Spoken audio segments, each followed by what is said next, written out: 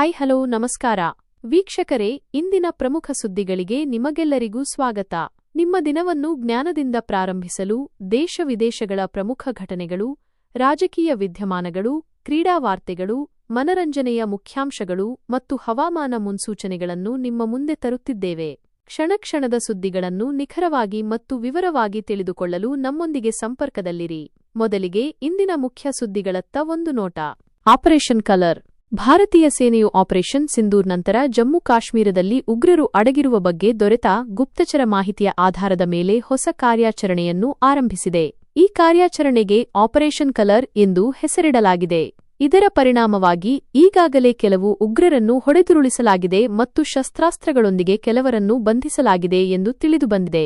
ಪಾಕಿಸ್ತಾನಕ್ಕೆ ಮೋದಿಜಿ ಅವರಿಂದ ಸಂದೇಶ. ಪಂಜಾಬ್ನ ವಾಯುನೆಲೆಯಲ್ಲಿ ಸೇನಾಪಡೆಗಳನ್ನು ಉದ್ದೇಶಿಸಿ ಮಾತನಾಡಿದ ಪ್ರಧಾನಮಂತ್ರಿ ನರೇಂದ್ರ ಮೋದಿ ಅವರು, ಭಯೋತ್ಪಾದನೆಯ ವಿರುದ್ಧ ಭಾರತವು ಎಳೆದ ರಕ್ಷಣಾ ರೇಖೆಯು ಸ್ಪಷ್ಟವಾಗಿದೆ ಎಂದು ಹೇಳಿದರು.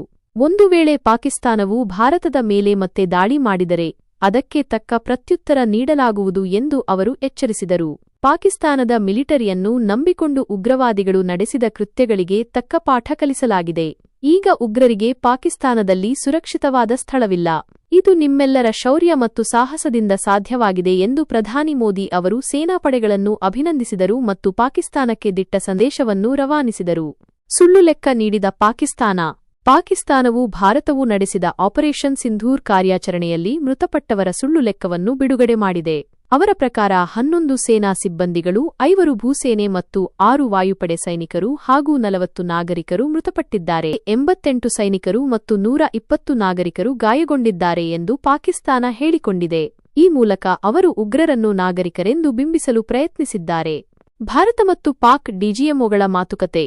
ಭಾರತ ಮತ್ತು ಪಾಕಿಸ್ತಾನದ ನಡುವೆ ಕದನ ವಿರಾಮ ಏರ್ಪಟ್ಟ ನಂತರ ಉಭಯ ದೇಶಗಳ ಸೇನಾಪಡೆಗಳ ಡಿಜಿಎಂಒಗಳು ಮಾತುಕತೆ ನಡೆಸಿದ್ದಾರೆ. ಈ ಮಾತುಕತೆಯಲ್ಲಿ ಪರಸ್ಪರ ಆಕ್ರಮಣ ಮಾಡದಿರುವ ನಿರ್ಧಾರಕ್ಕೆ ಬರಲಾಗಿದೆ. ಪಾಕಿಸ್ತಾನಕ್ಕೆ ಮುಖಭಂಗ. ಪಾಕಿಸ್ತಾನವು ಭಾರತದ ಪಂಜಾಬ್ನ ಆದಂಪುರ್ ವಾಯುನೆಲೆಯನ್ನು ನಾಶಪಡಿಸಿದ್ದೇವೆ ಮತ್ತು S-400 ಕ್ಷಿಪಣಿ ವ್ಯವಸ್ಥೆಯು ಧ್ವಂಸವಾಗಿದೆ ಎಂದು ಸುಳ್ಳು ಸುದ್ದಿ ಹರಡಿತ್ತು.